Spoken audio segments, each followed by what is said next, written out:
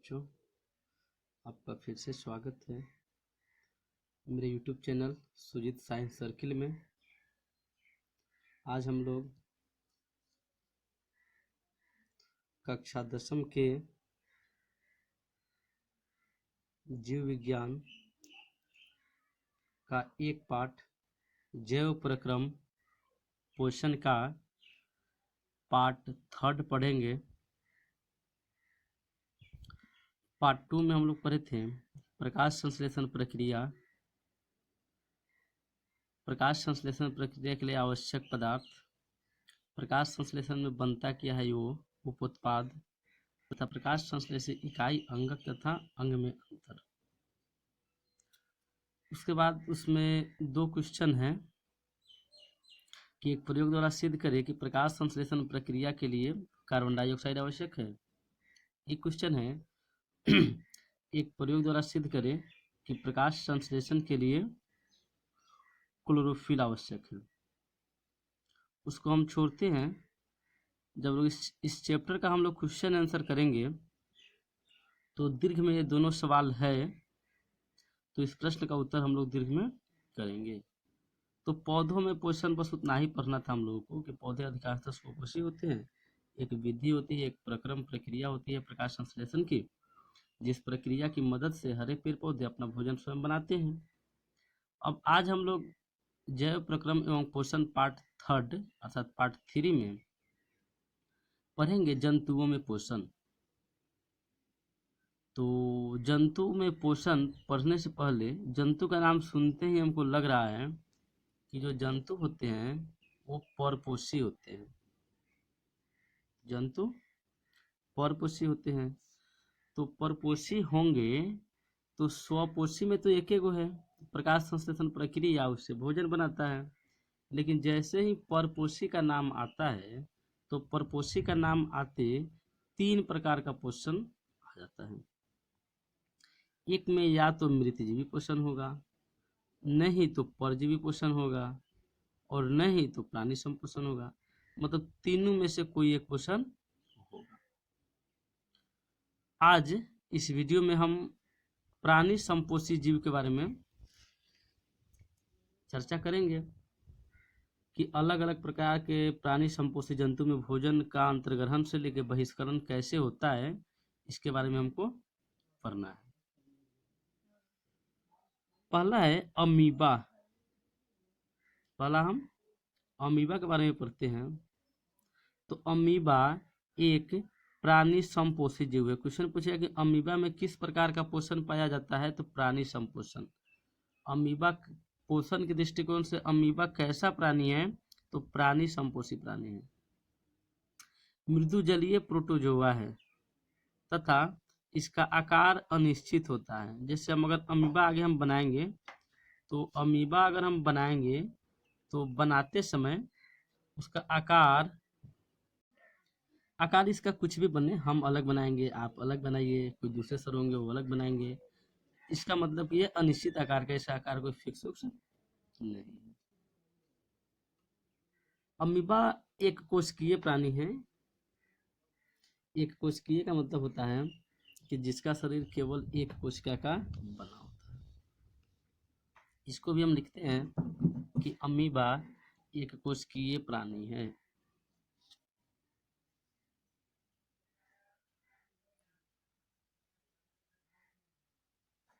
Amoeba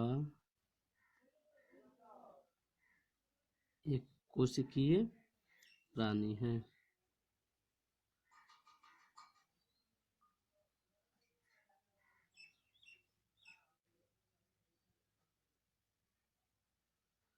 तो amoeba एक कोशिकीय प्राणी है। एक कोशिकीय प्राणी का मतलब हुआ कि अमीबा का शरीर केवल एक कोशिका से मिलकर एक कोशिका का बना होता है। हम लोग 9th क्लास में पढ़े हैं कोशिका, फिर एक कोशिकीय जीव और बहुकोशिकीय जीव। एक कोशिकीय जीव का मतलब होता है वैसा प्राणी जिसका शरीर केवल एक कोशिका का बना होता है, उसे एक कोशिकीय प्राणी कहते हैं। बहुकोशिकीय प्राणी तो वैसा प्राणी या वैसा जीव जिसका शरीर अनेक प्रकार के कोशिकाओं से मिलकर बना होता है, उसे बहुकोशिकीय प्राणी या बहुकोशिकीय जीव कहते हैं।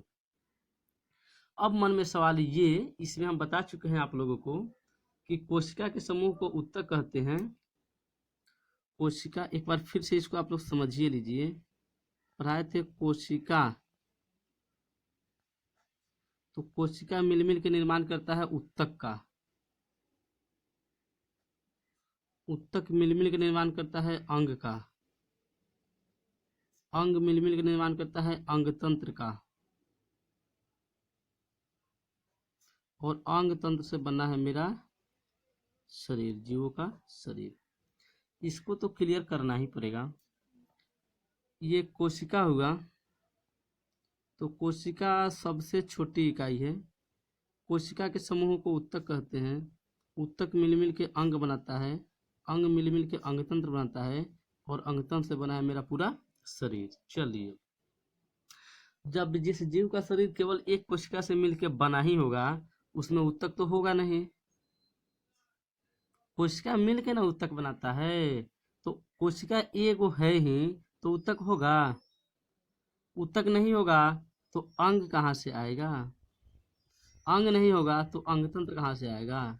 इसका मतलब है कि एक कोशिकीय जीव का शरीर केवल एक कोशिका से मिलकर बना है, तो इसमें अलग अलग कार्यों को संचालित करने के लिए न अलग अलग अंग नहीं होगा।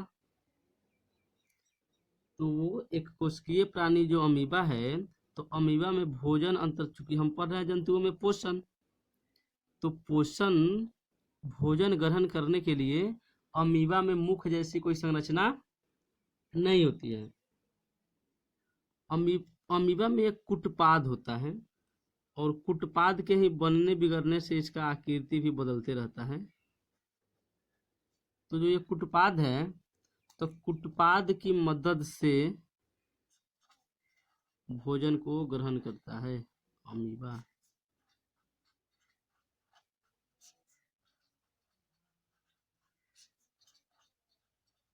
पूछेगा कि अमीबा में भोजन का अंतर्ग्रहण किसकी सहायता से या किसकी मदद से होता है, तो कुटपाद के द्वारा ही अमीबा में भोजन का ग्रहण होता है। फिर पूछेगा कि अमीबा का भोजन क्या होता है? अमीबा का भोजन,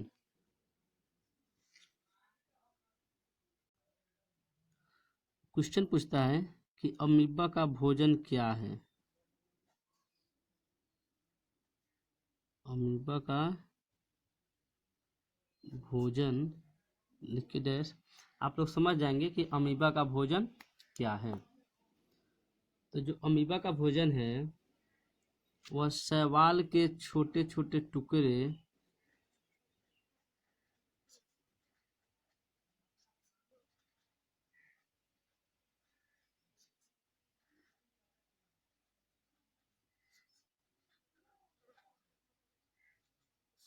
शैवाल के छोटे छोटे टुकड़े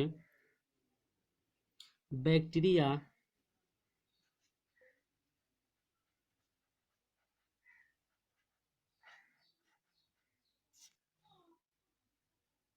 डायटम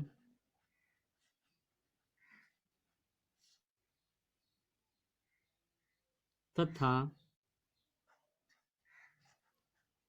अन्य एककोशिकीय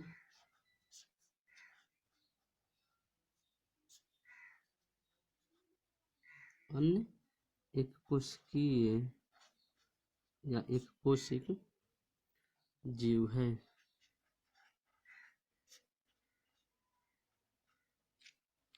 क्वेश्चन पूछता है कि अमीबा का भोजन क्या होता है? तो अमीबा का भोजन शैवाल के छोटे छोटे टुकड़े बैक्टीरिया डायटम तथा अन्य एककोशिकीय जीव हैं। फिर से एक बार कि अमीबा का भोजन क्या होता है? तो अमीबा का भोजन शैवाल के छोटे छोटे टुकड़े बैक्टीरिया डायटम तथा अन्य एककोशिक जीव होते हैं। जो अमीबा है, तो अमीबा में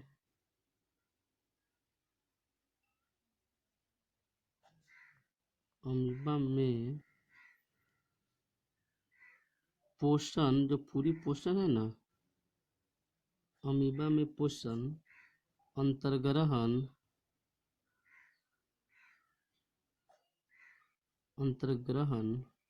कोमा पाचन तथा बहिष्करण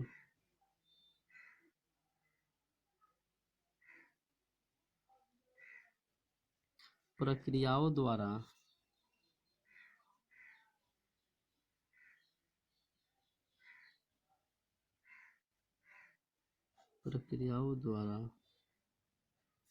पूर्ण होता है।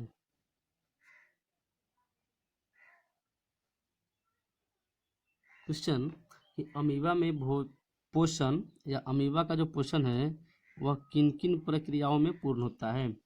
तो अमीबा में पोषण अंतर्ग्रहण मतलब भोजन को अंतर्ग्रहण करता है, पाचन तथा उसका बहिष्करण, ये 3 क्रिया में पूर्ण होता है। फिर अगला क्वेश्चन पूछेगा कि अमीबा में भोजन की क्रिया विधि को समझाए कि अमीबा में भोजन की क्रिया विधि कैसे होता होगा। तो सबसे पहले माना कि ये अमीबा है, कुछ भी आकृति बन सकता है, इसमें कोई दिक्कत नहीं है। ये अमीबा है और यहाँ पे भोजन है, तो पहला स्टेप ये हुआ। सेकेंड स्टेप,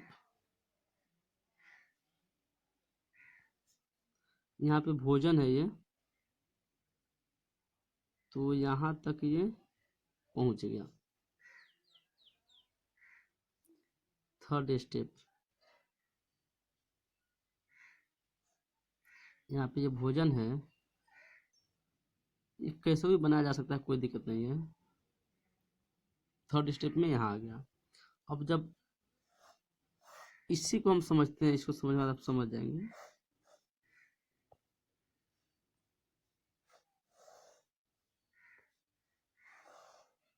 अमीबा में भोजन की प्रक्रिया को बताए, या अमीबा में भोजन की, अमीबा का भोजन क्या है। तो अमीबा का भोजन क्या है हो गया। अमीबा में पोषण किन किन क्रियाओं में पूर्ण होता है, तो हो गया कि अमीबा में पोषण भोजन का पाचन, अंतर्ग्रहण तथा बहिष्करण क्रियाओं द्वारा पूर्ण होता है। अब है कि अमीबा के में भोजन की या पोषण की क्रिया विधि को बताएं।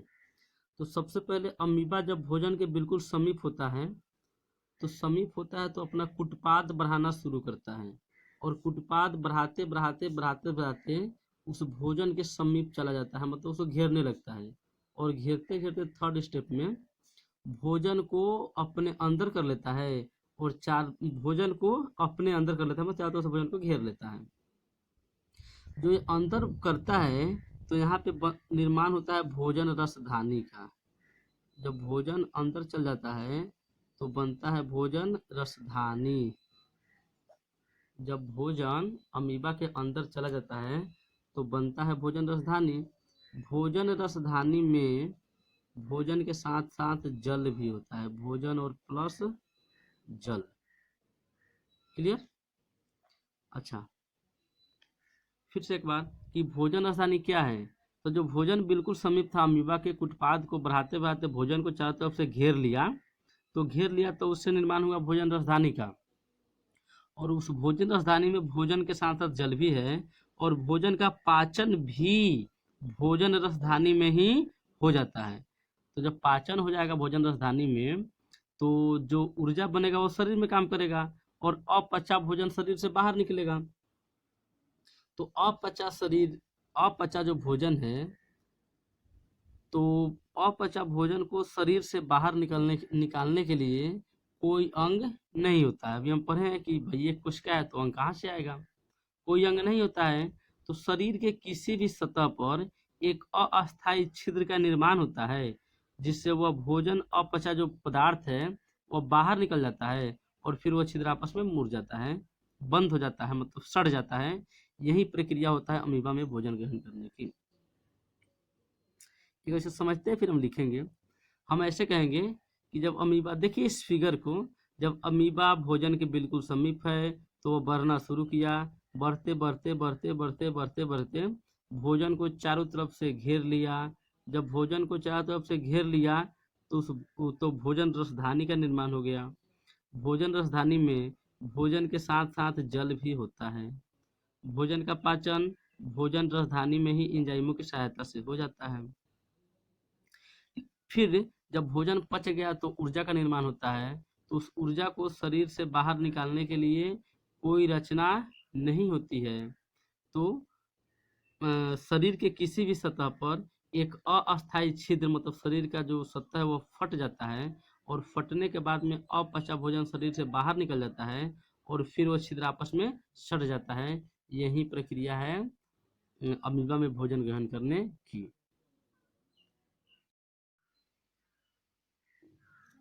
तो ये फिगर से हम लोग समझ गए कि एक बार फिर से हम फिगरों के समझाते हैं। फिगरवा समझ लिए ना तो ये समझ में आ जाएगा। एक बार फिर से, अमीबा जब भोजन के बिल्कुल समीप है तो कुटपाद बढ़ाना शुरू किया। सेकेंड स्टेप कुटपाद बढ़ाया, बढ़ाते गया। थर्ड स्टेप में कुटपाद बढ़ाते बढ़ाते भोजन को चारों तरफ से घेर लिया, जिससे भोजन रसधानी का निर्माण हो गया। इस भोजन रसधानी में भोजन के साथ साथ जल भी रहता है। अमीबा में भोजन का पाचन भोजन रसधानी में ही एंजाइमों की सहायता से हो जाता है, जिससे ऊर्जा का निर्माण होता है। ऊर्जा शरीर में कार्य करता है और अपचा भोजन को शरीर से बाहर निकालने के लिए कोई विशेष स्थान नहीं होता है शरीर में। तो शरीर के किसी भी सतह पर एक अस्थायी छिद्र का निर्माण होता है, जिससे वह अपचा भोजन बाहर निकल जाता है और फिर वह परत सतह आपस में सड़ जाता है। इसको पढ़ते हैं हम जो लिखे हैं। क्वेश्चन पूछेगा कि अमीबा का पोषण क्या है। तो अमीबा का पोषण जो हम ऊपर बताए थे कि अमीबा का पोषण शैवाल के छोटे छोटे टुकड़े, बैक्टीरिया, डायटम तथा अन्य एककोशिकीय जीव होते हैं। क्वेश्चन पूछेगा कि अमीबा का पोषण क्या है। अमीबा में पोषण की क्रिया का वर्णन करें। तो अमीबा का पोषण हो गया। पोषण की क्रिया का वर्णन जो हम पढ़ रहे हैं उसको गौर से सुने, इसमें हम लिख दिए हैं। अगर नहीं फ्रेश दिखे तो हम बोलते हैं, उसको आप लोग समझ लेंगे। अमीबा जब भोजन के बिल्कुल समीप होता है तो भोजन के चारों तरफ कुटपादों का निर्माण करते हैं और भोजन को चारों तरफ से घेर लेता है, जिससे भोजन रसधानी का निर्माण होता है। भोजन रसधानी में भोजन के साथ साथ जल भी होता है। भोजन का पाचन भोजन रसधानी में एंजाइमों की सहायता से हो जाता है। अपचे भोजन को शरीर से बाहर निकलने के लिए कोई निश्चित स्थान नहीं होता है। शरीर के किसी भी सतह पर एक अस्थायी छिद्र का निर्माण होता है, जिससे अपचा भोजन बाहर निकल जाता है। यही हुआ अमीबा में पोषण का वर्णन। प्यारे बच्चों, इसको खूब बढ़िया से पूरा वीडियो देखें, पढ़ें और चैनल को ज़्यादा से ज़्यादा सब्सक्राइब करें और वीडियो को लाइक करें। फिर से एक बार इसको हम रिवाइज करते हैं, फास्ट रिवाइज करते हैं एक बार। अमीबा, तो अमीबा एक कोशिकीय प्राणी है, अनिश्चित आकार का प्राणी है, मृदुजलीय प्रोटोजोआ है, प्राणी संपोषी जंतु है, कुटपाद की सहायता से भोजन ग्रहण करता है। इसका भोजन शैवाल के छोटे छोटे टुकड़े, बैक्टीरिया, डायटम तथा अन्य कोशिकीय जीव है। अमीबा में भोजन पूरा पोषण है वह 3 प्रक्रियाओं में पूर्ण होता है। पोषण मतलब अंतर्ग्रहण, पाचन तथा बहिष्करण। पहले भोजन ग्रहण करता है, फिर पचाता है, फिर बाहर निकलता है। ये फिगर के द्वारा समझ गए अमीबा में पोषण की क्रियाविधि को, और लिख दिए हैं, ये समझ गए क्रियाविधि को।